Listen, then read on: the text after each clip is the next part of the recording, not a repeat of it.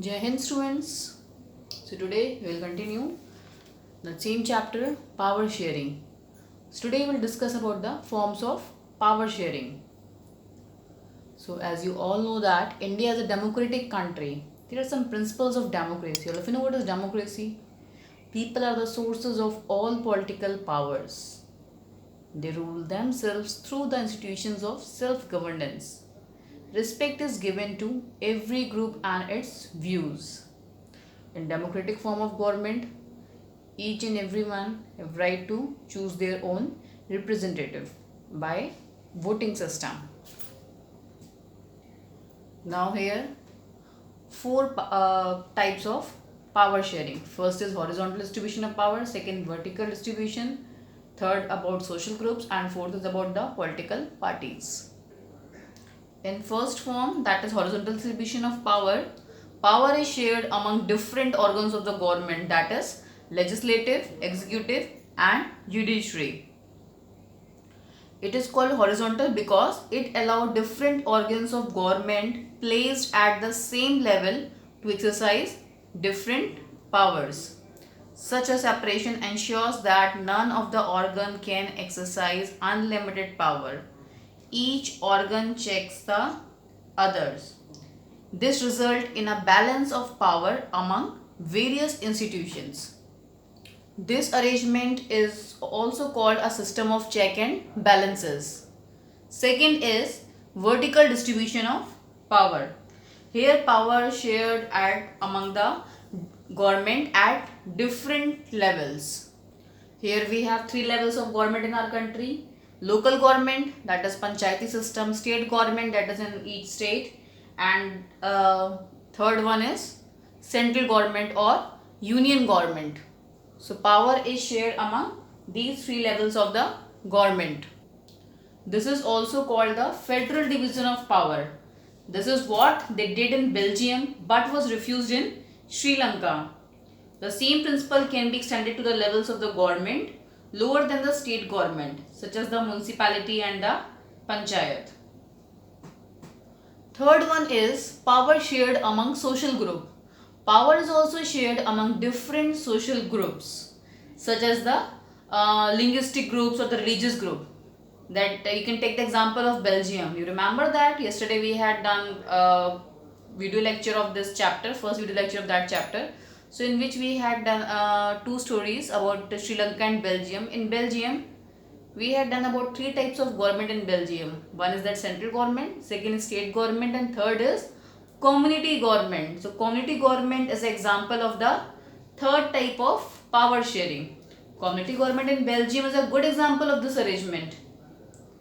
In some countries, there are constitutional and legal arrangements where socially weaker sections and women are represented in the legislature and administration.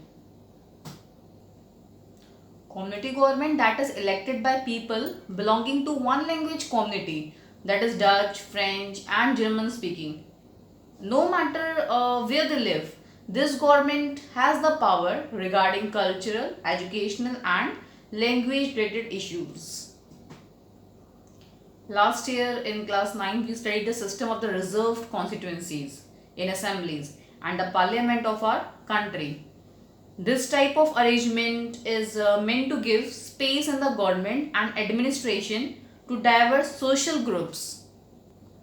Fourth one is power is also shared among different political parties. In democracy, the citizens must have freedom to choose among various contenders for power.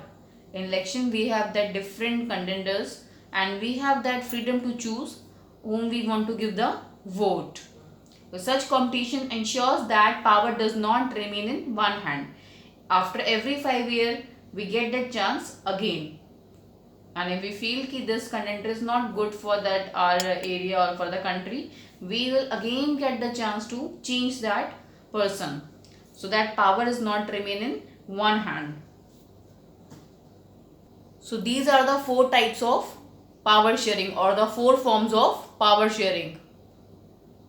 Next is, why is power sharing desirable? Thus, two different sets of reason can be given in favor of power sharing. First is that power sharing is good because it helps to reduce the possibility of conflict between social groups. And the second is uh, why power sharing is good for democracy. Power sharing is the spirit of democracy. A democratic rule involves sharing power with those affected by its exercise and who have to live with its effects. So that first one is known as the prudential reason and the second one is known as the moral reason. While prudential reasons stress that power sharing will bring out better results or the better outcomes, and moral reason focus or the emphasizes the very act of the power sharing as valuable. So here your chapter is finished.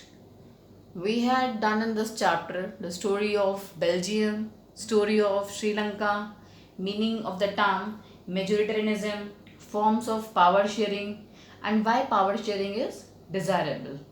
I hope each and everything is clear to you. So now I am going to wind up this lecture. So complete the assignment given with this lecture and prepare notes in your fair notebook. Till that time, stay at home, take care. Thank you.